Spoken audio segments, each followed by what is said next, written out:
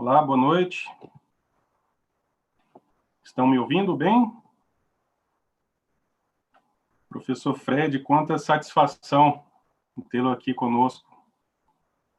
Assim como a colega Lívia aqui, e muitos outros, tenho certeza. Você foi professor aqui de todos nós, seja nos cursinhos ou nos livros, né? Inclusive, tive a oportunidade de assistir a aula sua na época de preparação, no presencial em São Paulo, ali no edifício da Bela Sintra.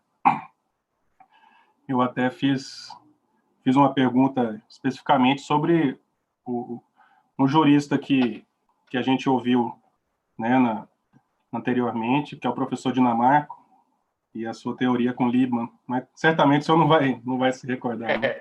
Muita gente me perguntava sobre isso. E professor, bom, eu estou com medo de ultrapassar o seu tempo exíguo de 1 hora, e também não quero prejudicar os colegas que vão entrar às 19, né? E vão perder aí a sua exposição. Então, estou com um pouco de receio só da gente dar início agora. O senhor se importaria de esperar mais 5 minutos? São 8 para 7, né? É. Eu só entrei para poder entrar mesmo, mas pode começar às 7 horas. Ah, sim. Não, então tá. Eu entrei para poder mostrar para vocês que eu tinha entrado. Ah, perfeito. Obrigado, professor.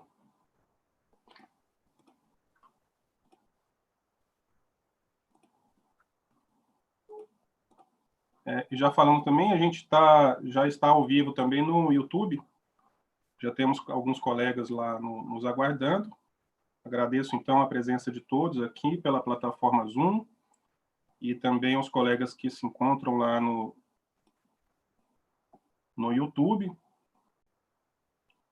Alguns colegas, até alguns colegas promotores de justiça também que estão lá. Eu acho que não quiseram também ingressar por aqui.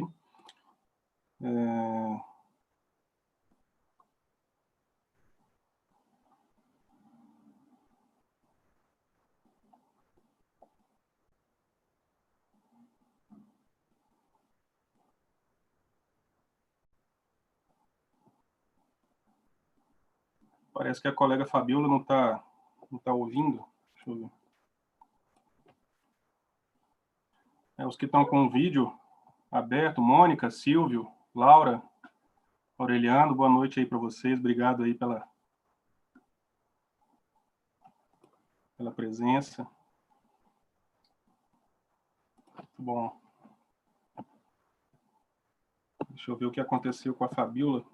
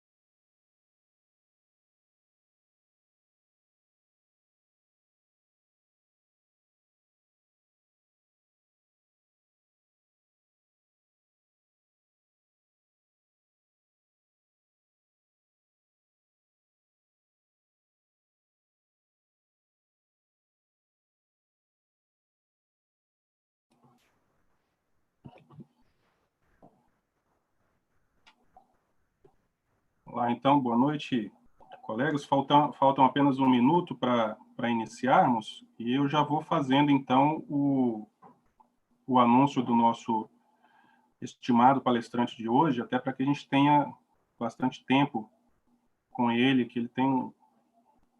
seu tempo é bastante disputado pela comunidade jurídica e não é por menos. O professor Fred Didier é de conhecimento de todos nós, mas faz questão de ressaltar uma pequena parte, né, do seu extenso currículo.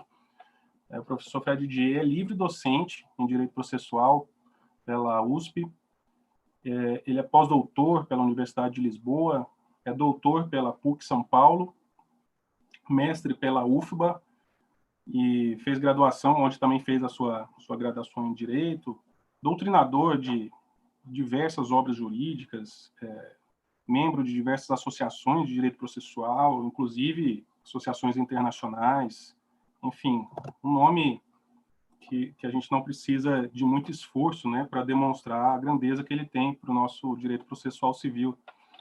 Inclusive, eu tenho em meu gabinete, desde o estudo, né, para preparação de concurso, e atualmente também em meu gabinete, disponível aí aos nossos assessores, a sua doutrina, que é bastante aprofundada, né, em vários volumes. Então, professor Fred Didier, gostaria, em nome da Escola Superior da Magistratura do Estado de Goiás, de agradecer o seu aceite em falar conosco, né? Como eu disse, a sua agenda é bastante atribulada, o senhor concordou em né, dedicar uma faixa desse tempo para nós, e para nós é uma grande honra, né? Com toda sinceridade, eu me sinto muito lisonjeado em poder estar aqui mediando isso e até conversando com o senhor pessoalmente, aí, né, claro, diretamente, mas virtualmente. E, bom, sinta-se, então, abraçado, né, pelos colegas goianos, embora a gente não possa fazer isso fisicamente. Então, já lembrando aos colegas, os palestrantes têm um estrito tempo, né, de 1 hora, vamos fazer o possível para aproveitar e ao final das perguntas eu já peço assim a objetividade, né, para que vários colegas possam também ter a oportunidade de fazer perguntas. Então, professor, eu vou já então passar a fazer o seu destaque de vídeo e já lhe passar a palavra, mais uma vez agradecendo. Boa noite. Boa noite a todas, boa noite a todos. Boa noite, Thiago. Obrigado pelo convite. Esse período é um período muito difícil para todo mundo, mas, em compensação, ao lado positivo de a gente poder, de algum modo, facilitou, né? Facilitou que eu agora estivesse em Goiás, por exemplo, e viesse dormir em casa. Conversasse com vocês agora de noite aí em Goiás e voltasse, saísse daqui e fosse dormir. Então, e amanhã tem que ir para o Rio de Janeiro e poder voltar para almoçar em casa. Enfim, essas coisas que a tecnologia permitiu. E então tem esse lado positivo. Você me convidou, a gente conseguiu fechar o dia e estou à disposição de vocês aí por essa hora para a gente conversar sobre o tema da estabilização do plano antecipado. Eu vou fazer o seguinte, eu vou fazer uma apresentação, sabendo que todos vocês, de algum modo, já sabem o que é estabilização, só que eu quero fazer algumas considerações que talvez vocês não saibam, o que está por detrás da estabilização. E aí depois... Professor, desculpe interromper. Diga. É que o seu vídeo está travado para nós. Eu até consultei aqui os colegas também pelo chat e eles confirmaram. O senhor sabe dizer? Eu estou me vendo aqui. Eu estou me vendo. Estou me vendo e estou vendo que tá. Eu estou me vendo me movimentando. O retorno para mim do vídeo tá bom. Aqui pelo YouTube também, que eu estou com uma janela apartada, né, acompanhando por lá para ver como tá, também está congelada a sua imagem. E aqui no Zoom consta que a largura de banda de rede de Fred Didier é baixa. É a informação que consta aqui acima do seu vídeo.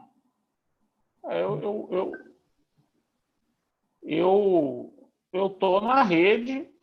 Uhum. E eu tô na rede e eu faço isso aqui todo dia. Não sei o que está acontecendo. Bom,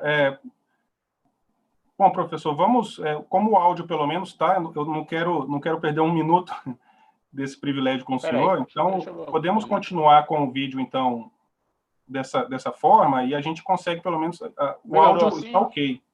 Até os colegas que estão pedindo o link aqui do YouTube, mas o YouTube lá também tá, o vídeo está travado, tá bom, colegas? Agora começou a mexer um pouco, mas E aqui? aqui tá, a gente consegue ver, ó, começou a mexer agora, tá melhorando, assim, a gente vê como se fossem telas, né, frames que vai picando a imagem, mas a gente tá ouvindo. Quer que eu saia e entre de novo? Quer que eu saia e entre de Ué, novo? podemos fazer essa tentativa, então, professor, se não for incômodo aí para o senhor. Eu vou fazer isso aqui, peraí. Eu vou sair e vou entrar de novo, peraí. Tá. Peraí.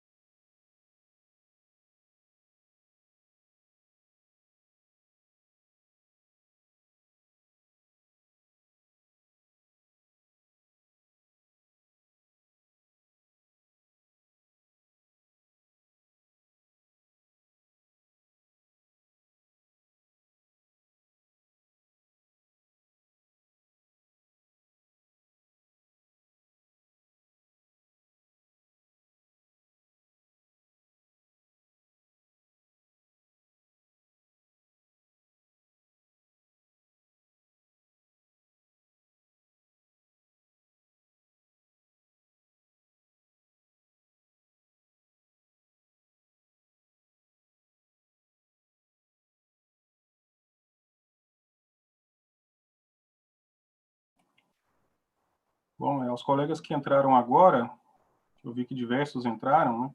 Só para esclarecer, o professor Fred teve um pequeno problema no vídeo e ficou de sair da sala e retornar. Estamos apenas aguardando o retorno dele.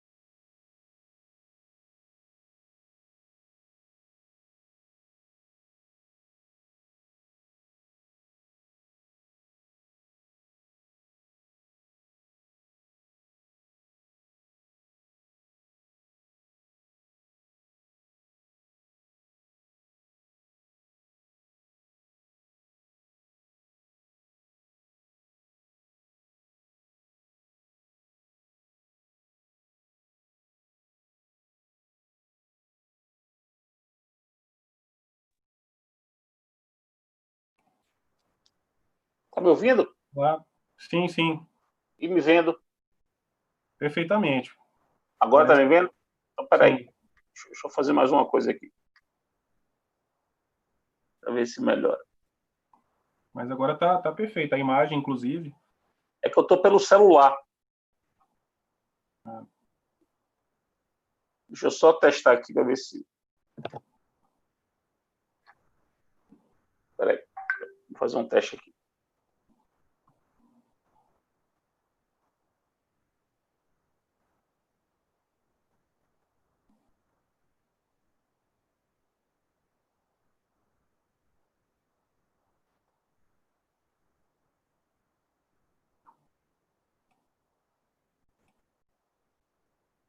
Estou tentando entrar pelo computador. Se não der certo, eu faço pelo celular. não, Pelo tudo celular eu não bem. consigo ver, eu não consigo ver a galera. É, imagino. Fique à vontade, professor.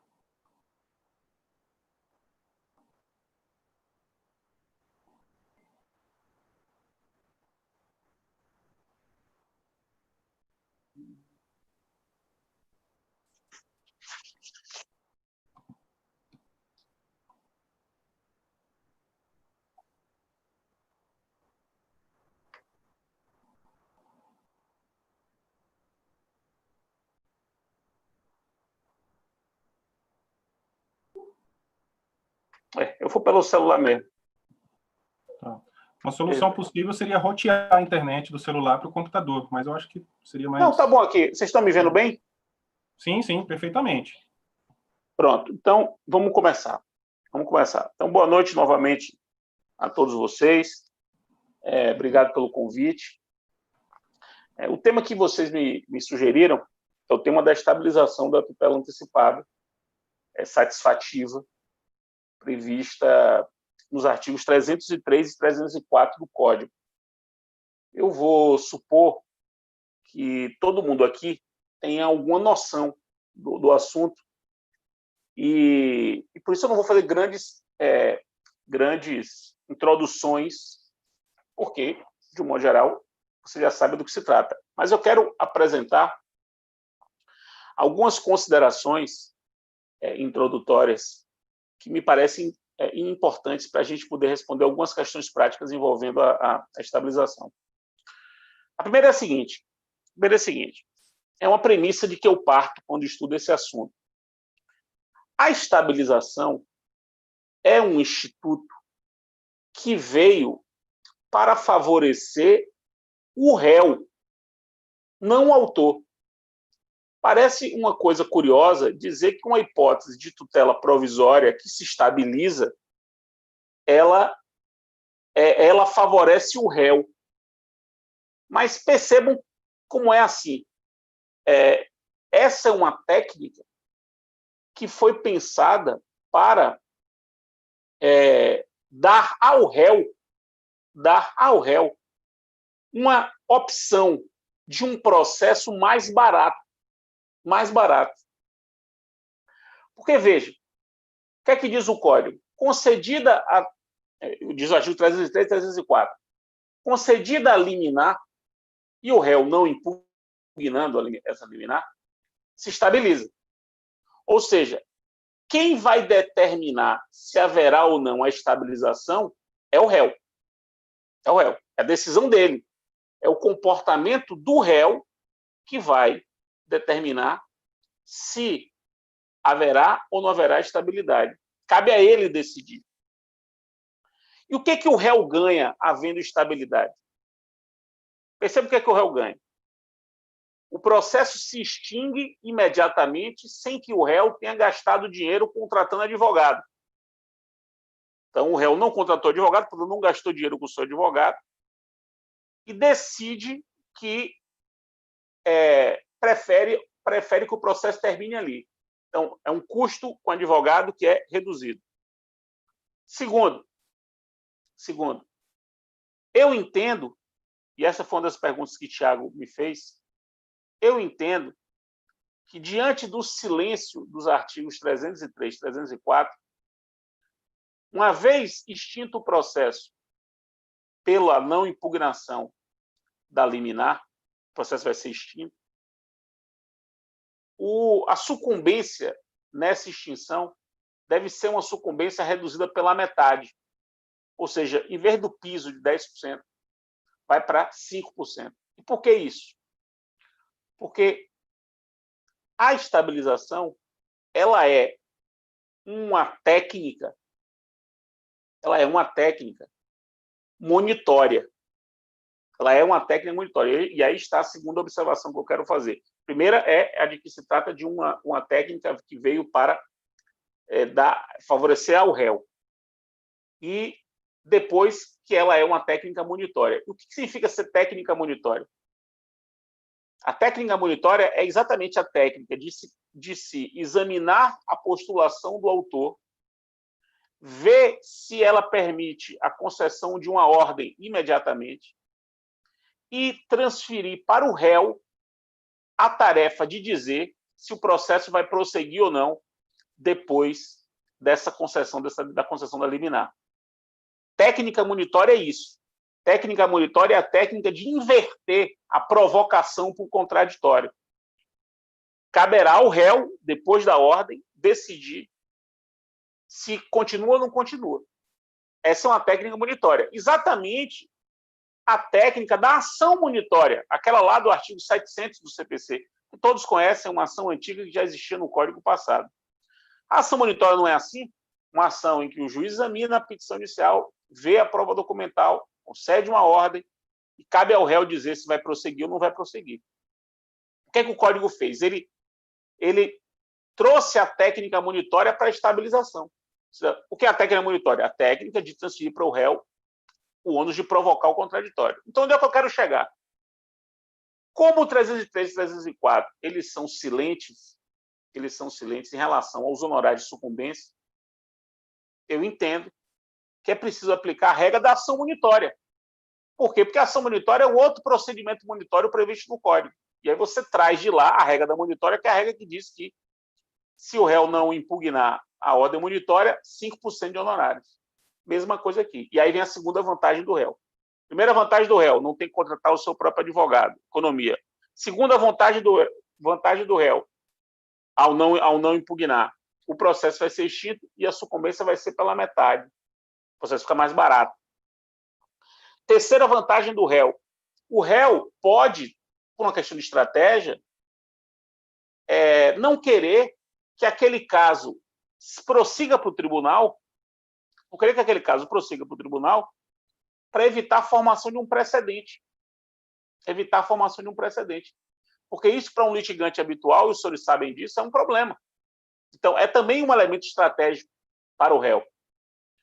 E ainda há um quarto ponto que é interessante para o réu, que é o seguinte. Ele ainda tem 2 anos para refletir, se quer ou não quer impugnar aquilo. Porque os senhores sabem, pelo artigo 304 do CPC, uma vez estabilizada a decisão, qualquer uma das partes pode, em 2 anos, trazer à tona aquela questão e discuti-la. Então, o que ele pensa? Ele fez assim, olha, eu tenho essa decisão contra mim, determinou que eu fizesse X ou Y.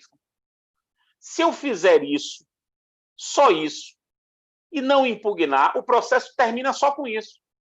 Termina aqui. Não vou gastar dinheiro com advogado, não vou gerar um precedente contrário, vou pagar uma sucumbência menor e ainda tenho 2 anos para refletir melhor. Onde é que eu quero chegar, meus caros, com essa introdução? Qualquer problema dogmático que surja da estabilização, problemas que a gente tem que resolver, a mim me parece que você tende, para resolver o problema, partir dessa premissa. A premissa de que, no fim das contas, os artigos 303 e 304 regulam basicamente o seguinte: o autor chega para o réu e diz assim, réu, é mais ou menos isso, numa linguagem simplória, mas é mais ou menos isso. Réu, vou pedir uma liminar para o juiz. Se o juiz me der e você não discuti-la, o processo termina com isso. É só isso que eu quero. Eu só quero isso. Se o juiz der, você não impugnar, o processo termina. É como se fosse uma proposta do autor para o réu, para que o réu abrevie o processo, se o autor ganhar uma liminar. E é muito importante fazer um comentário aqui, que a estabilização pressupõe, muito importante isso, meus caros, pressupõe que o autor diga na petição inicial que ele quer se valer do artigo 303 do 304. Ou seja, a inicial tem que estar clara no sentido de que aquela postulação é uma postulação que pode gerar estabilização caso o réu não impugne. Porque não é qualquer pedido liminar, não é qualquer decisão liminar que, uma vez não impugnada, estabiliza. A decisão liminar que, uma vez não impugnada, estabiliza, é a decisão liminar que provém de uma postulação em que o autor disse que, se houver a liminar e o réu não impugnar, ele, autor, não vai prosseguir com o debate. Porque a segurança que o réu tem de ter é a seguinte: se ele não impugnar, o processo acaba agora. Se ele não impugnar, o processo acaba agora. Se o autor quiser que o processo prossiga, ele não vai se valer do 303 e do 304. Ele vai pedir uma liminar, um processo comum, como todos conhecem. O que caracteriza o pedido lastreado nos artigos 303 e 304 é o fato de que, uma vez que o pedido liminar não impugnado, o processo se estabiliza. Mas o réu tem que saber disso. Tem que ter essa segurança. Tem que ter essa segurança. Porque o que a gente tem que fazer é convencer o réu de que é relevante, é interessante, é útil a ele deixar que o processo estabilize. Então, essa introdução é uma introdução importante, me parece, para vocês entrarem meio que no clima da estabilização. Porque toda vez que eu falo sobre isso, a impressão que eu tenho, sobretudo quando falo com juízes e juízas, é de que se vê a estabilização muito como algo para o autor. Para o autor. Vejam que isso é mais para o réu do que para o autor. Muito importante essa observação. Agora, uma das questões que surgiram... só um parênteses aqui. Eu entendo que os artigos 303 e 304 trouxeram uma boa novidade para o sistema. É uma coisa nova, mas é uma boa novidade. Mas eu reconheço que se trata de artigos que poderiam ser mais desenvolvidos. Quer dizer, poderia haver mais parágrafos, mais dispositivos. Por exemplo, o dispositivo com a questão dos honorários de sucumbência. Poderia haver, para evitar que a gente tenha que apelar lá para a monitória para poder tratar do assunto. Ficaria mais simples se tivesse uma previsão expressa aqui de honorários de sucumbência, sem dúvida. Assim como poderia ficar mais claro, porque a literalidade não deixa isso claro, a questão dos prazos. Porque veja o que diz a lei. A lei diz que, concedida a liminar, o autor tem de emendar a petição inicial para formular o pedido principal e o réu tem também que impugnar. Então, correm-se os prazos, um prazo para o autor e um prazo para o réu. O prazo para o autor para emendar e acrescentar o pedido e o prazo para o réu para impugnar. Isso não está certo. Não pode ser assim, né? Porque o autor só vai emendar se o réu não impugnar. Ou melhor, se o réu impugnar. O autor só vai emendar se o réu impugnar. Porque se o réu não impugnar, estabiliza. Se o réu não impugnar, estabiliza. Então, o que os juízes têm feito? O que a doutrina tem dito para corrigir essa falha de percepção aqui, essa falta de regulamentação do Código? O que o juiz tem feito? O juiz concede a liminar e intima o réu. E diz que o prazo para o autor emendar, de 15 dias, só vai contar após o término do prazo para o réu recorrer. E isso, se o réu recorrer. Porque passou o prazo para o réu recorrer o réu não recorre, estabiliza, o autor já não precisa mais emendar. Porque lembrem-se que ele mesmo, ao propor com base no artigo 303, ele já disse que aceitaria a estabilização caso o réu não impugnasse. Então, esse é um ponto, uma questão dogmática que surgiu ao longo desses 4 anos aí de código, que a gente resolveu na doutrina dessa forma. O juiz, em vez de dar liminar e abrir prazo para o autor e para o réu ao mesmo tempo, o autor acrescentar o pedido e o réu impugnar, o juiz faz prazo sucessivo.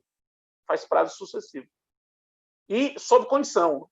Quer dizer, o prazo do autor para aditar inicial só começaria a correr se ultrapassado o réu impugnasse, porque se o réu não impugnar, estabiliza. Outra questão que surgiu da prática é a seguinte: o que é impugnar? O que é impugnar? É só recorrer? É só recorrer? Quer dizer, cabe ao réu agravar? Ou impugnar é se manifestar de qualquer forma em sentido contrário? Porque olha o que diz aqui, no caput do 304. A tutela antecipada, concedida nos termos do 303, torna-se estável se da decisão que a conceder não for interposto o respectivo recurso. O 304 caput fala em recurso. Ou seja, para evitar a estabilização, ele tem que agravar. Alguma doutrina, dentro da qual eu me incluo, dá uma interpretação mais elástica a isso. Interpreta esse dispositivo da seguinte forma: o réu pode se opor à estabilização reagindo de qualquer maneira contra a decisão, não apenas recorrendo. Por quê? Porque é possível o recurso? Mas pode ser que o réu ele não queira recorrer nesse momento, ele aceita a liminar nesse momento, mas ele quer contestar e quer ganhar no mérito. E ele contesta, se antecipa e contesta. Ora, como é que você vai dizer que o réu que contestou, ele aceitou a estabilização? Não. Tanto não, que pensem comigo de forma prática. O réu não teria 2 anos para poder impugnar essa decisão estabilizada? Ele não poderia simplesmente impugnar 2 anos depois da estabilização? Ora, se ele já se antecipa e contesta, ele já está dizendo que não quer que aquilo se estabilize. E se o juiz disser, não, você tinha que ter recorrido, o réu vai dizer, tudo bem, eu tinha que ter recorrido, então aceite essa minha contestação como se fosse uma ação, como se fosse um pedido de discussão. Ele pode fazer até 2 anos. Então, com base nisso, há uma parcela da doutrina na qual eu me incluo, passou a defender que o réu que se voltar contra essa decisão por qualquer meio, não apenas pelo recurso, impede a estabilização. Esse tema, surpreendentemente, já chegou ao STJ. Surpreendentemente porque era um tema mais raro, né? Aparentemente mais raro, mas nesses 4 anos de vigência, já em 2018, o STJ se manifestou sobre o assunto. A terceira turma do STJ encampou essa minha ideia, até me citando expressamente, dizendo que qualquer meio de se voltar contra a decisão, que poderia ser contestação, recurso, ou até suspensão de segurança nos casos de entes públicos, impediria a estabilização. Já a primeira turma, a turma de direito público do STJ, foi na outra linha, foi na interpretação literal. Ainda que em votação por maioria, foi na interpretação literal, dizendo que só recurso impede a estabilização. Então, pronto, esses aí são os pontos iniciais. Uma outra pergunta que sempre me fazem é a seguinte: Fred, o que estabiliza? Essa estabilização, ela é coisa julgada? Como distinguir isso da coisa julgada? Se é que há distinção. Veja, meus caros, isso não é coisa julgada.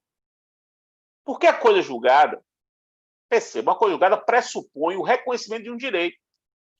A coisa julgada tem um elemento declaratório, um elemento de certificação de um direito. E não há certificação alguma aí. Perceba que, se pede uma liminar, o juiz deu a liminar. O réu nem contestou, nem teve debate. e o processo acaba. Inclusive, essa decisão de extinção do processo, esse ato de extinção, que não é nem uma decisão, esse ato de extinção é um ato de extinção sem exame do mérito. O mérito não é examinado. O pedido não é julgado, não é acolhido ou rejeitado. O que se acolheu foi o período de tutela antecipada. E o que se estabiliza são os efeitos desse pedido. Os efeitos desse pedido. Qual é a diferença de coisa julgada para essa estabilização? A coisa julgada, ela torna indiscutível o conteúdo da decisão, o comando, o reconhecimento do direito. É isso que torna indiscutível. A estabilização do 304 torna indiscutível o efeito da decisão. É o efeito, a consequência prática. Aquela consequência prática da decisão não será mais desfeita. Então, por exemplo, se o juiz concede uma liminar para tirar o nome da Serasa e o réu não impugna e estabiliza, o que fica estabilizado é que o nome do autor não irá para a Serasa por aquela dívida. É isso que estabiliza. O nome do autor não irá para a Serasa por aquela dívida. Não há coisa julgada de que o autor não deve. Não existe coisa julgada de que o autor não deve. O juiz não decidiu sobre se o autor deve ou não. O juiz decidiu que o nome do cara tinha que sair da Serasa. E isso se estabiliza. O nome do cara sai da Serasa.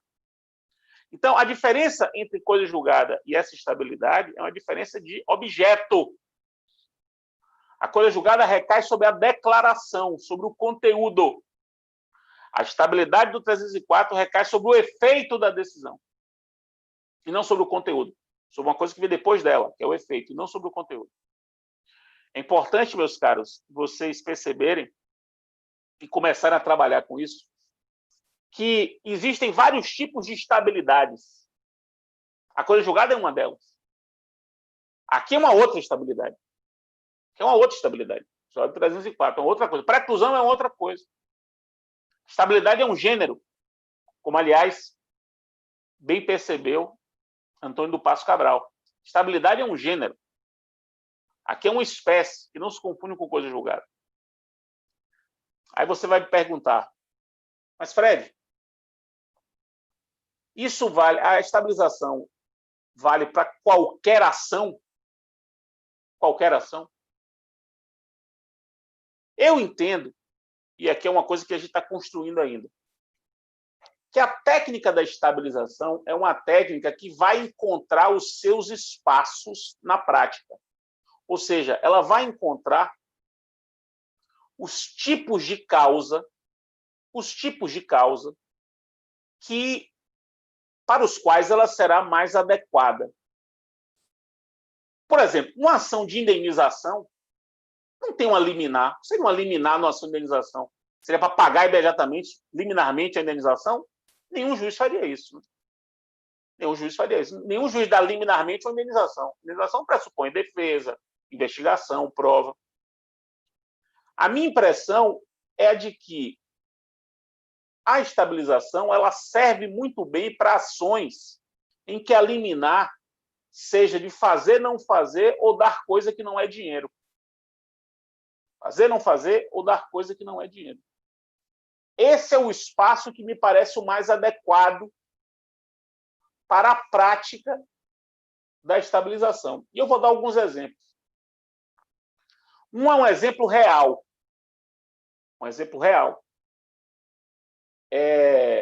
O professor Hermes Zanetti Júnior, que é promotor de justiça no Espírito Santo, professor da Federal do Espírito Santo, escreve comigo o volume 4 do meu curso, ele organizou uma estratégia na comarca dele de entrar com várias ações envolvendo fornecimento de medicamento. E em todas elas ele pediu a tutela antecipada do 303 para poder estabilizar. Em 93% dos casos houve estabilização. Ou seja, em 93% dos casos, concedida a ordem para entregar o remédio, a outra parte nem recorreu e estabilizou. O remédio foi entregue e acabou o processo. Esse espaço aí, o espaço para a tutela da personalidade, de direitos de personalidade, direitos fundamentais que não envolva um dinheiro, uma prestação e acaba se exaurindo, me parece um espaço interessante. Um outro exemplo, e esse é um exemplo hipotético, mas é muito fácil de vocês perceberem, é o seguinte. Nos últimos tempos, tem acontecido um fenômeno de alunos do ensino médio começarem a fazer o vestibular mais cedo, no segundo ano do ensino médio, ainda no meio do ano do terceiro ano, passar e já querer entrar na faculdade, sem concluir o ensino médio. Isso não pode. Não pode. A faculdade não pode aceitar. Aí algumas pessoas vão ao judiciário dizendo que, como passando no vestibular, tem direito à educação e pedem para se matricular. E alguns juízes dão a liminar, ora mandando matricular, ora reservando vaga para quando o sujeito terminar o ensino médio já tem uma vaga dele. As liminares variam muito, mas acontece demais. Perceba que para a faculdade privada que recebe uma ordem dessa, matricule, reserve a vaga. A faculdade privada, para ela, isso é ótimo. Ela não podia matricular porque o direito, a regulação sobre o direito da educação não permitia. Então, ela não matriculava. Mas se o juiz mandou matricular, ela matricula. É mais um aluno para ela. E por ordem judicial. Para que ela vai recorrer? Para que ela vai contratar advogado, gastar dinheiro com a sucumbência maior? É algo que vai se estabilizar.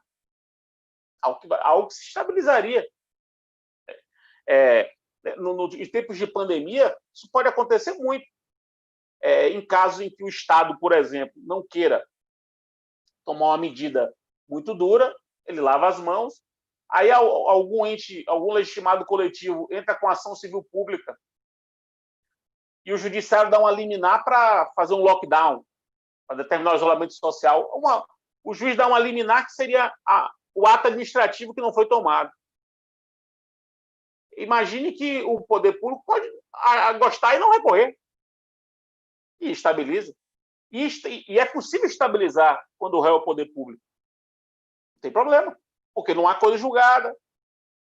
Não há coisa julgada. Então, é possível, o poder público pode depois voltar e discutir.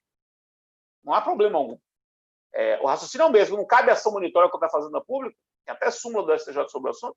Se cabe ação monitória contra a Fazenda Pública, cabe estabilização contra o poder público. Não é um problema. Então, esse é um outro exemplo. E um último exemplo de caso que me parece muito útil me chegou quando eu fui conversar com os promotores e promotoras que cuidam da violência doméstica no Brasil. E eles me diziam o seguinte, que em mais de 80% dos casos de violência doméstica, quando sai uma decisão com uma medida protetiva de urgência em favor da mulher, uma medida protetiva de urgência concedida liminarmente em favor da mulher, o réu citado nem vem aos autos. O sujeito desaparece, ele foge do mundo, desaparece do mundo, nem vem. Isso em mais de 80% dos casos. Ora, e eles me disseram isso, e aí eu pensei, se é assim, os casos de violência doméstica são casos muito interessantes para a estabilização. Né? A mulher pede a liminar com a medida protetiva de urgência, uma vez concedido, se o réu não impugnar, acaba o processo, inclusive poupando a mulher de ter de ir para a audiência e se deparar com o agressor, o que é uma nova violência à mulher. Então, me parece que os espaços da vida prática vão mostrando quando a estabilização será mais adequada. Uma pergunta que o Código não responde e que é muito interessante é a seguinte. A estabilização foi pensada como algo para uma tutela provisória antecedente. Ou seja, o sujeito vai ao judiciário e pede só a tutela provisória. Só. Ele nem formula o pedido de tutela final. Ele nem formulou ainda o pedido de tutela final. Ele só formula o pedido de tutela provisória. Aí, concedida a medida, o réu não impugna, estabiliza. E ele, autor, nem precisou ter formulado o pedido de tutela final. A pergunta que me fazem muito é a seguinte: Fred, posso falar em estabilização, para os casos de tutela provisória pedida, normalmente pedida, sem ser de forma antecedente, pedida já na petição inicial, na petição inicial em que o autor formula o seu pedido principal, e que é o que normalmente acontece, a gente sabe, o autor entra com a inicial e já na inicial pede a liminar. Ele faz tudo junto, ele não faz a tutela antecedente, ele faz tudo junto. No caso de tutela provisória pedida de forma concomitante ao pedido principal, é possível pensar em estabilidade?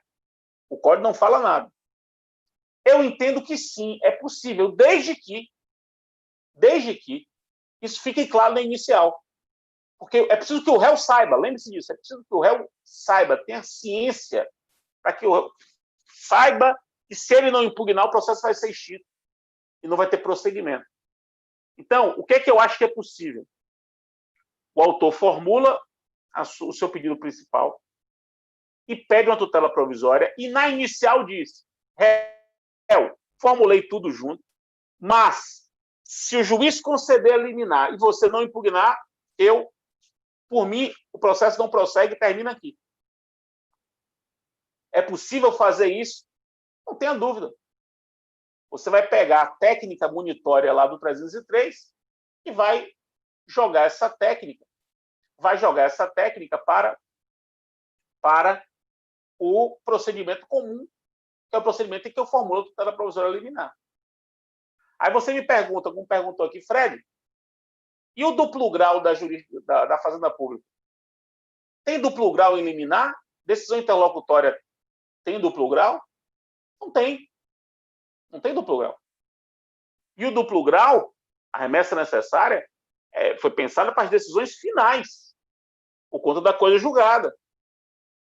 Porque se fosse duplo grau, qualquer decisão contra o poder público tivesse remessa necessária, a remessa necessária não seria só de sentença, seria de qualquer decisão. E não há remessa necessária de acórdão, não há remessa necessária de decisão de relator, não há remessa necessária de decisão interlocutória, remessa necessária é só de sentença. Isso não é um obstáculo, como nunca foi para a monitória. Lembre-se, não há coisa julgada aí, meus caros. Não há coisa julgada contra o poder público. Ainda há 2 anos, né? O poder público pode simplesmente pedir. Porque esses 2 anos aqui não é uma rescisória. Entendam? Esses 2 anos depois da estabilidade, para poder discutir o que foi decidido, isso não vai ser discutido por uma ação rescisória. Não é cheio de dificuldade para discutir. Não, é um pedido simples. Eu agora quero discutir esse assunto. Eu quero retomar a discussão. Eu quero a coisa julgada. É isso que se pede nesses 2 anos. Eu quero a coisa julgada. Então, eu entendo que é possível também aplicar a estabilidade nos casos de tutela provisória requerida concomitante ao pedido principal.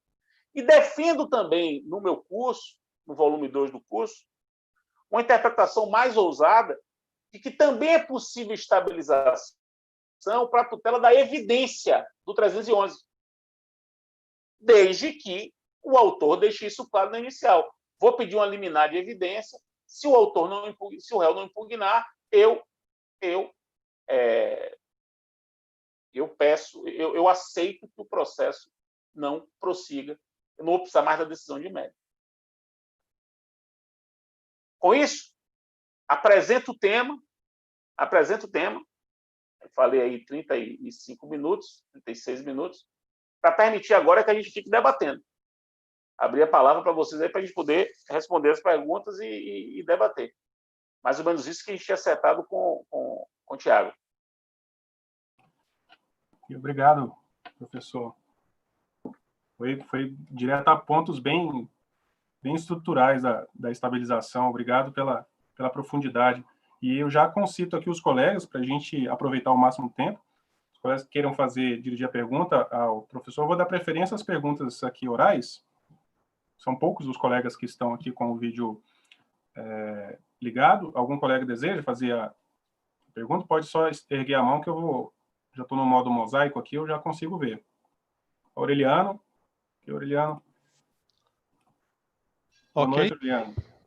Boa noite, Tiago. Tudo bom, amigo das alturas? Eu tenho só um questionamento ao professor Didier. O raciocínio que eu faço dessa estabilização, inclusive com a própria determinação da lei de extinção do processo sem análise do mérito, é que ela não caberia qualquer tipo de sucumbência. Isso por quê? Porque quando você normalmente julga o processo sem adentrar ao mérito, quem é condenado é o réu. E nesse caso aqui, com a estabilização, o réu não compareceu, ele concordou, né? E ele, obviamente, não contestou, não comparece aos autos. Então, não haveria como condenar o autor à sucumbência para pagar o réu que não está no processo, né? Então, o normal seria a condenação do próprio autor a pagar a sucumbência nesses casos. Então, eu questiono o professor Didier, porque ele fundamenta isso com base na ação monitória. Eu me permito entender que a ação monitória tem um sistema muito diferente da estabilização. A estabilização é mais simplória, do meu entendimento. Eu quero isso e pronto, eu não quero mais nada, eu não quero sucumbência, eu não quero processo, eu não quero nada. Se o réu concordar, finalizamos por aqui. Então, o raciocínio que eu faço é nesse sentido, né? No sentido de que não cabe sucumbência, não cabe condenação em honorários ou custas quando houver estabilidade e não houver impugnação por parte do requerido. É só essa, não é nenhuma pergunta, é só um posicionamento que eu me permito um pouco contrário ao pensamento do professor. Só, professor Tiago. Maravilha. Eu só faço uma ponderação. Quando o processo é extinto sem exame do mérito, por as hipóteses gerais, não é o réu que paga as custas. Se o processo é extinto sem exame do mérito, quem paga as custas é o autor. Sim. Não é isso? Exatamente. É o autor que paga, né? Mas nesse caso aqui, não há condenação do réu, do autor a pagar ao réu os honorários. Ele paga as custas o réu não tem honorários, o réu não tem advogado. Por Exatamente. Isso que não pode. O réu não tem advogado. Mas veja que, e olha qual é a diferença. O processo é extinto sem exame do mérito com uma tutela favorável ao autor. E foi extinto sem exame do mérito porque o réu optou por não recorrer. Não é uma extinção sem exame do mérito porque o processo é viciado. Extinguiu sem exame do mérito porque o processo já satisfez o autor. Ele satisfez o autor. Então, o autor teve que ir ao judiciário, contratar advogado para ganhar aquela liminar, e só assim ele ganhou o que queria. E ele, e o réu não vai pagar honorários para ele? Porque, veja, se o réu tivesse cumprido fora da justiça, não teria havido processo. Se o réu tivesse cumprido aquela prestação extrajudicialmente, não teria havido processo. Eu entendo que é possível defender que não há honorários. Tem muita gente que defende que não há honorários, mas defende que não há honorários dizendo o seguinte, que a lei não fala nada, então não tem que ter honorários. Então, são três correntes. Existem três correntes aqui. Tem gente que diz o seguinte, que não há honorários porque a lei não fala nada. Tem gente que diz que porque a lei não fala nada, aplica a regra geral e os honorários são de 10%, que para mim seria seria desproporcional, porque o processo acabou também porque o réu aceitou não discutir. E tem gente que diz que, como o autor teve que ir a juízo, teve que obter a liminar, e só depois que obteve a liminar, o réu concordou em não impugnar, teria que ter um valor de honorários aí pela metade. Então, é só essa reflexão que eu queria. Eu entendo o seu posicionamento, mas só para você perceber que é um pouco diferente da extinção sem exame do mérito clássica, porque ali o processo é extinto porque tem um problema o processo. O processo tem um defeito. Aqui não é porque o processo tem um defeito. O processo foi extinto porque satisfez o autor. Entendeu minha argumentação? Entendi sim, professor, entendi sim. Claro, né, nós vamos ter que aguardar os posicionamentos jurisprudenciais para definir isso, né? Claro. Não, esse tema aí, isso que eu estava falando, esse tema é um tema que faltou regulação. Quando eu disse que o 303 e o 304 eles eram eram artigos interessantes, mas que faltava dispositivo por causa disso. Ok, muito obrigado. Obrigado. Obrigado, Aureliano. Algum colega aqui na plataforma Zoom também gostaria de fazer uso da palavra? Tem uma pessoa que perguntou aí sobre a busca e apreensão do decreto 911, se estabiliza. Eu vi a pergunta passando aí. A ponderação que eu faço é a seguinte: aquela ação do 911, do decreto 911 da alienação fiduciária, rigorosamente, se a gente pensar bem, aquilo ali é uma ação de execução, não é uma ação de conhecimento. O contrato de alienação fiduciária é um título executivo. O que você quer é executar aquele contrato. A gente chama de ação de busca e apreensão, mas aquilo ali é uma ação de execução especial. Então não precisa nem falar de estabilização, ali já está na execução. Ali já é uma execução diferenciada. Então essa é a ponderação que eu faço. Professor, aproveitando também, só alertar aqui aos colegas que foram tantas as perguntas aqui em sequência, o meu chat aqui já foi... Andou bastante, se alguém puder... Eu não estou vendo o chat aqui, no celular não consigo ver, por isso que eu não estou respondendo. E eu também, aqui foram vários, eu estou acompanhando também no YouTube ali, né? Eu fico lá e cá, fica difícil aqui para eu controlar. Mas, então, se puderem reiterar aqui no chat, eu agradeço. Enquanto isso, professor Fred, o senhor entende que, então, essa técnica de estabilização pode ser importada, então, para qualquer outro tipo, claro, qualquer não, né? Que seja no que couber, né? Seja possível de importação a procedimentos, inclusive na esfera penal, então, como na violência, tudo aplicando mas eu falei ali... O 327, parágrafo 2º? Veja, a violência ali, eu estou falando da violência no âmbito civil da violência, não é no aspecto penal. No aspecto penal, eu não sei como seria uma estabilização no processo penal. Porque a violência doméstica ela tem um aspecto civil e tem um aspecto penal.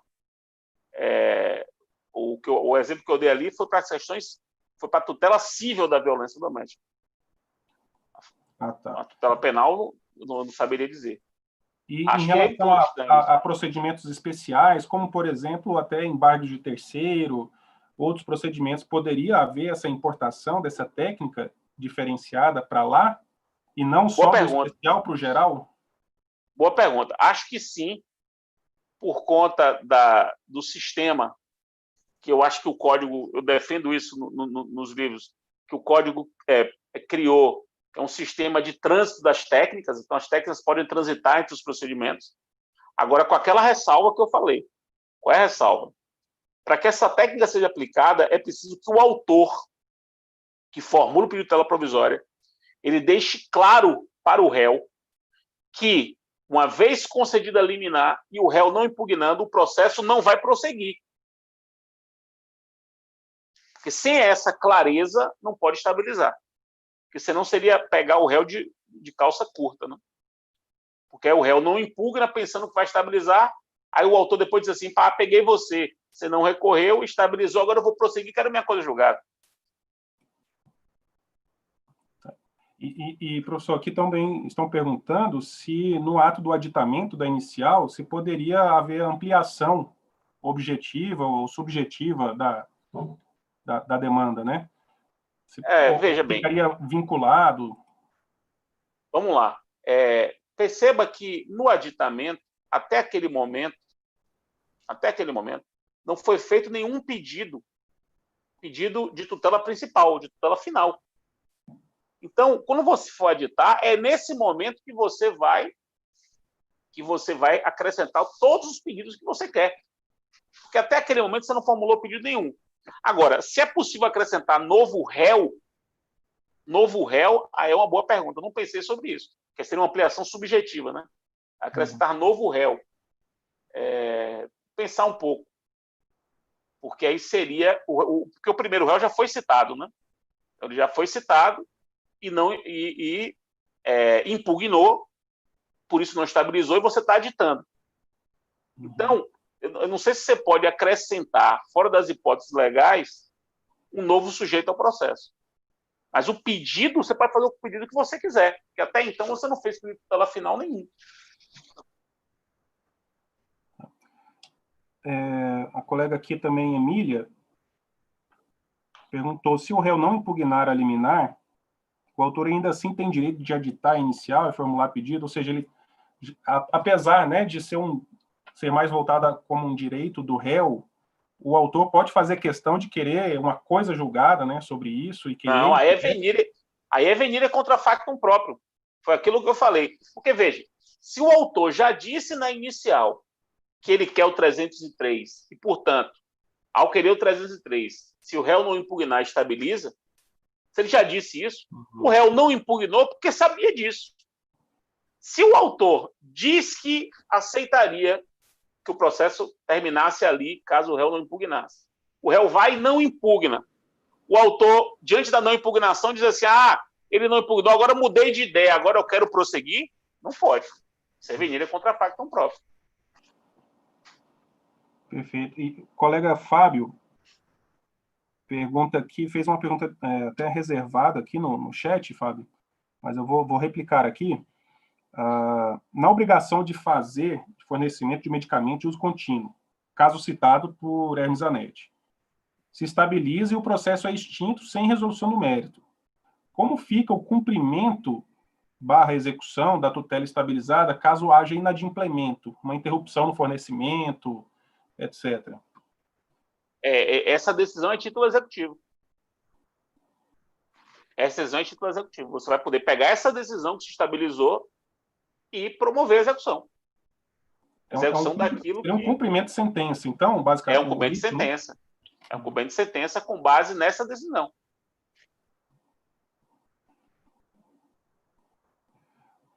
Vamos lá, pessoal. Temos apenas 4 minutos aqui com o professor Didier. Não, a gente atrasou, né? Tem mais 15. A gente começou atrasado. Agradeço, professor. Colega Lívia Vaz. O juiz inverte o procedimento, cita os réus antes de analisar a tutela, por exemplo, ele posterga, né? O réu apresenta defesa, mas deixa de agravar a tutela deferida. Se estabiliza, mesmo no caso dele postergar essa análise, né? Seria isso? Eu não entendi o caso, não entendi. Lívia, você poderia fazer a pergunta, nem que seja só com áudio? Não necessariamente... Pode aparecer que fica até melhor para poder ver as pessoas, senão eu fico falando para o meu celular aqui. Eu fico só eu e meu celular aqui. Eu não sou uma pessoa muito boa de feição, então eu fico me vendo, como se estivesse me vendo no espelho. Cadê? Minhas feições não são agradáveis. Colega Lígia.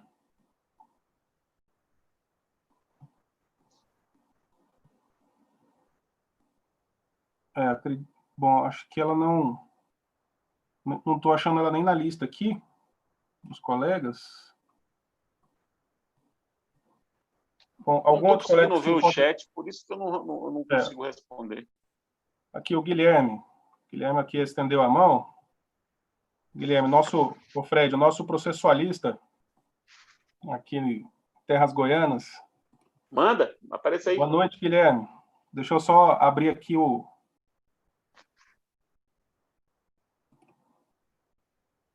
Aí. Oi, professor Fred, tudo bem? Boa noite. Tudo bem. Boa noite. Eu queria fazer 2 perguntas. Uma foi até, passou no chat aí. O senhor acha que é possível a estabilização no juizado? Me parece que na Lei 9.099 não teria o recurso, mas o senhor defendeu aí que seria qualquer impugnação. E aí já no juizado federal e fazenda pública das tutelas de urgência é cabível o agravo. Como é que o senhor vê essa situação? E segundo, daria para fazer uma acumulação entre uma cautelar antecipada e uma tutela antecipada antecedente, as duas acumuladas? Eu falo isso por causa do procedimento. Eu já vi muitos advogados misturarem as duas, uma satisfativa e a outra cautelar, e faz as duas de maneira antecedente num processo só. Como é que compatibiliza isso, se tem jeito de compatibilizar esse procedimento? Muito boas perguntas. No caso dos juizados, já pensei muito sobre isso, ainda não escrevi sobre isso, mas eu tenho uma dificuldade que é a seguinte: qual é a dificuldade maior? Não é nem a questão do recurso.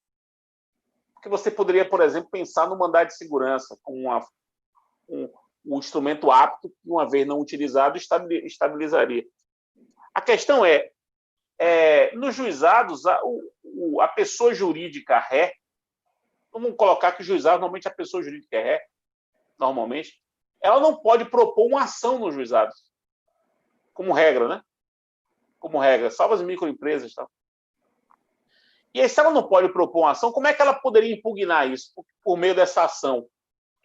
Como é que seria como é que seria essa ação de 2 anos proposta por alguém que não pode postular nos juizados? Eu acho que parece um sistema que não é... A gente adaptar isso aos juizados, eu acho que seria um pouco difícil. Na verdade, muito entre nós aqui, os juizados foram pensados com base num sistema processual pré-tutela antecipada. A tutela antecipada é de dezembro de 94. E a lei de juizados, embora seja de setembro de 95, ela foi pensada em 93, 92, e aí foi tramitando, tanto que a lei de juizado não fala em tutela provisória. Perceba que a lei de juizado não fala. Simplesmente não cuida do assunto. E por isso mesmo não cabe agravo. Não se pensou no agravo exatamente por isso.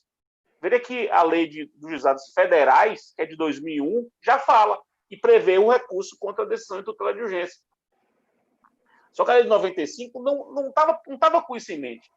De modo que aquele procedimento dos juizados, rigorosamente, ele não é adequado para a tutela provisória. Eu sei que existe, é uma realidade, mas se você pensar bem, ele não é adequado. Sempre que a gente quer forçar um pouco, dá esse problema. Eu acho que é difícil adequar. Pelo menos é o pensamento que eu tenho até hoje, embora eu não tenha escrito sobre o assunto. Quanto à segunda pergunta, uma pergunta muito boa, acho que é possível acumular, e o juiz, ao acumular, ele vai ter que adotar um procedimento só, e um procedimento que permita o aditamento em 15 dias. Você adite e formule o pedido de tutela principal. A diferença é que a tutela cautelar, uma vez concedida, não estabiliza. Porque não há sentido eu estabilizar um arresto, por exemplo. O que seria um arresto eterno? Uma carne eternamente na geladeira. Perceba que isso não faria sentido. Só faz sentido estabilizar aquilo que já satisfaz. Estabilizar o que ainda não satisfez e deixar estabilizado algo para... É como se você a imagem é essa mesmo. É como se você deixasse uma carne eternamente na geladeira para nunca ser comida. O que não faz no menor sentido. Mas eu acho que é possível acumular, e aí o juiz unifica e bota os prazos de aditamento únicos.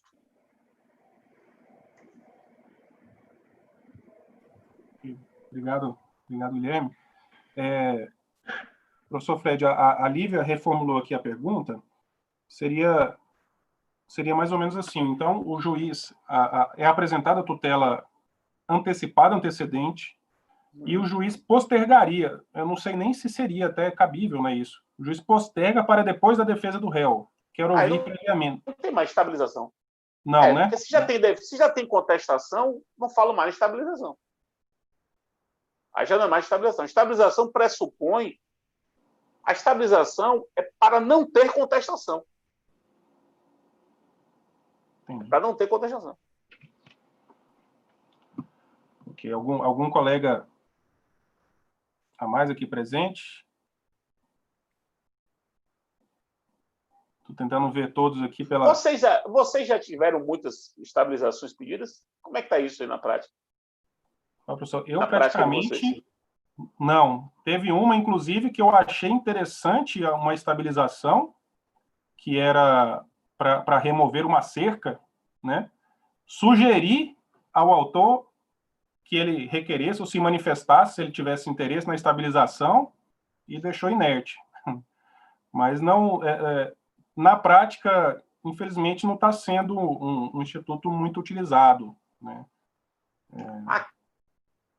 Aqui na Bahia, por conta da pandemia, o Ministério Público, nas ações civis públicas que está promovendo por conta da pandemia, em todos os pedidos, em todas as ações civis públicas, está entrando com antecedente.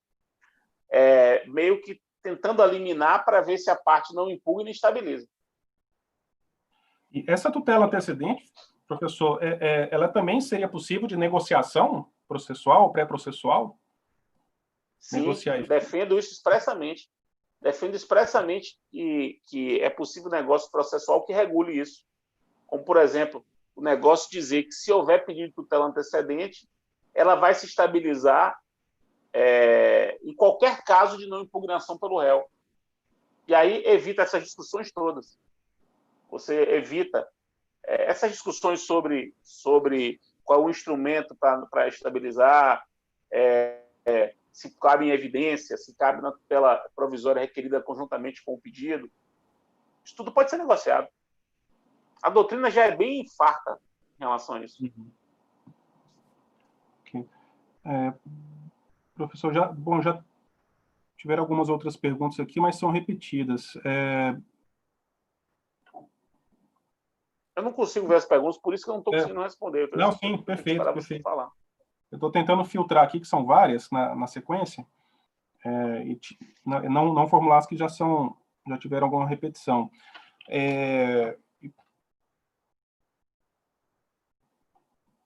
Ok. Professor, e no caso de cumulação de pedidos, vamos supor, seja uma obrigação de não fazer, seja de retirar ou de se abster de inserir o nome em cadastro de inadimplentes, somado com alguma pretensão indenizatória. E nessa liminar da obrigação de fazer, ele requer antecipadamente isso, já dizendo que vai entrar também com indenização, né? Ele anuncia quais serão os pedidos de mérito, né, naquela petição da tutela antecedente. Ele fala que quer a estabilização, mas dessa, né? E vai formular a indenização depois na sequência, quando do aditamento. Se esclarecer isso, não há falar em arquivamento, né, professor? Mesmo ele optando pela estabilização. Não, porque aí ele não quer estabilização. Ele não quer estabilização. Se ele já diz que quer eliminar e vai formular o pedido depois, independentemente do que aconteça, ele não quer estabilização. Não, mas eu digo em relação à negativação do nome. E aí ou seja, vai para o mérito só em relação à indenização. Estabilizaria e extinguiria essa parcela da demanda, sim, né? Você perguntou se... Eu entendi. A pergunta é se é possível falar em estabilização parcial. O cara faz 3 pedidos, a tutela provisória se refere a 1. E aí estabiliza só em relação a isso? Pode. É possível falar em estabilização parcial. E mesmo com essa estabilização, prosseguir ele pode em relação à parte. Uhum. É possível. E isso também é muito pacífico muito pacífico na doutrina. Bem pacífico. Embora isso vai acontecer poucas vezes. Eu acho isso pouco provável na prática de acontecer. Eu acho que assim, se o advogado do autor tiver uma boa estratégia, ele vai formular a tutela antecedente apenas pedindo aquilo que, uma vez concedido, o réu não impugnando, acaba o processo. A estratégia é essa, é você acelerar a obtenção de um determinado efeito jurídico pelo autor com menos custo. O processo fica mais rápido e mais barato. É esse o uso do 303 e 304. E, professor, o senhor também entende possível a estabilização em ações originárias em segundo grau, em instâncias superiores? Ações rescisórias, Sim. ADPF... Rescisória que é complicado. O que seria a estabilização na rescisória?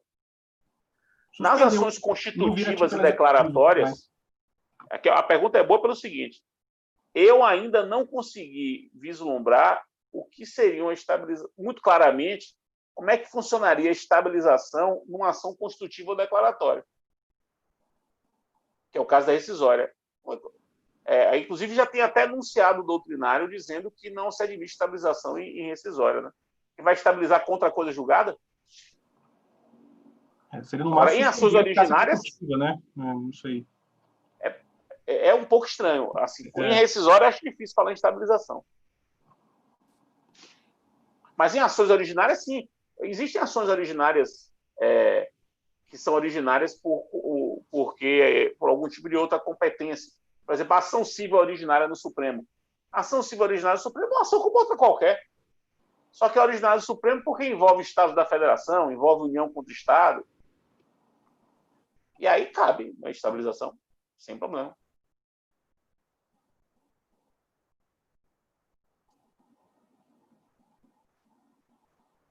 Professor, acho que aqui encerraram as... Estou vendo aqui pelo YouTube também, tiveram algumas perguntas repetidas também, e também não quero atrasá-lo. Aqui, o colega Lucas.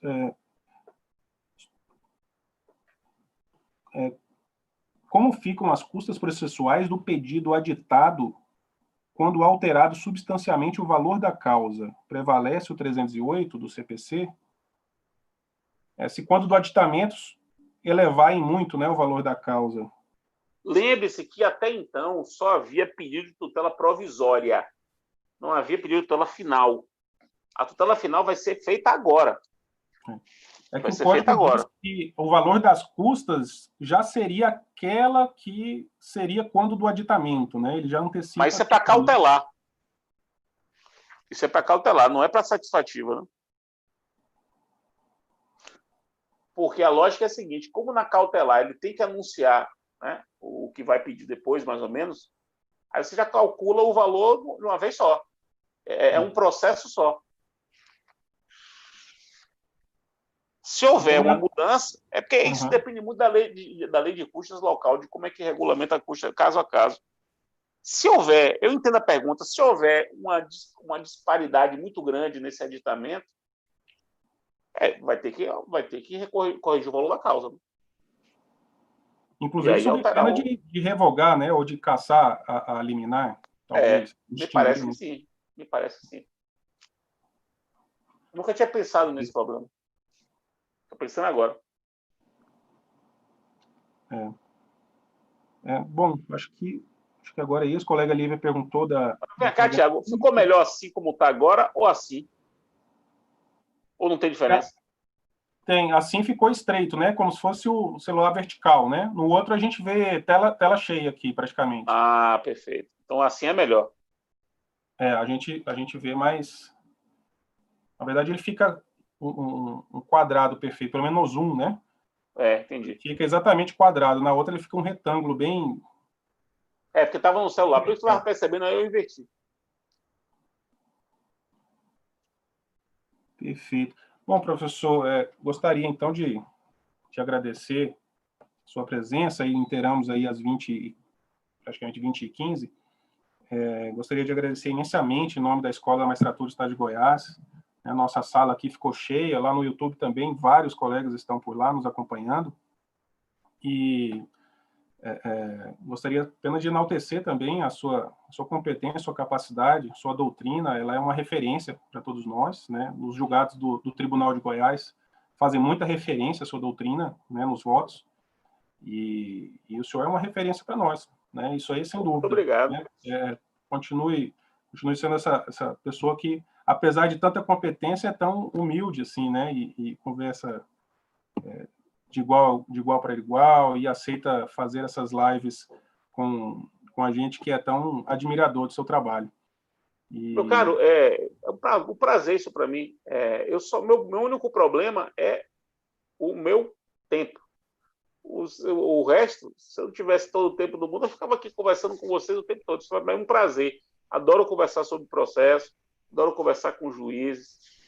Sempre, assim, em Goiás, adoro Goiás. É provável, inclusive, que amanhã eu volte a Goiás para despachar um caso meu aí no TJ. Mas não sei se serei eu que vou despachar ou será a minha sócia. Mas é provável que eu tenha que viajar para Goiás amanhã, porque por acaso eu estou com um caso aí. Mas eu não sei se eu vou conseguir conciliar amanhã com as outras coisas. Por aqui então, para mim é um prazer. Por videoconferência também. Tá, já despachei aí, Eu já despachei algumas vezes nessa pandemia aí, com os desembargadores. Inclusive, faço um registro, já fiz até semana passada num evento. O judiciário, de um modo geral, tem sido muito solícito com os advogados. Muito solícito. Então, está todo mundo assim, se adaptando, cada um com o seu sistema. Uns usam o Webex, outros usam o WhatsApp, o vídeo do WhatsApp, outros usam Zoom. Tem gente que usa Meet. tem gente que usa o Teams, nós São Paulo usa o Teams, mas todos querendo tratar bem, receber bem. O judiciário brasileiro está dando um grande exemplo. A minha impressão sincera é essa. Eu tenho assistido e para os advogados tem sido muito bom, porque a crise é uma crise generalizada, né? E se o judiciário não tivesse agindo tão bem, a coisa seria ainda muito pior. Eu queria os meus parabéns aí para vocês. Agradecemos, professor. Bom, enfim, são muitas parabenizações aqui para o senhor e espero revê-lo em breve, tá? De preferência até presencialmente, em algum evento que tivermos após essa crise toda. Né? Aí já só no ano que vem, né? Provavelmente. Beleza, você tem meu celular, fica à vontade para me ligar. Ok. Obrigado, Fred. Muito obrigado. Obrigado a todos os colegas pela presença. Até uma próxima. Certificado, solicitação no e-mail da ESMEG. E manda para mim também meu certificado. Opa! Eu tenho que mandar para o Lattes. Não? Certificado de palestrante? De palestrante, exatamente. Perfeito. Já vou providenciar, na hora. Então beleza. Tá, professor. Valeu. Boa noite a todo mundo. Boa noite a todo mundo. Boa noite a todos. Fiquem com Deus. Até logo.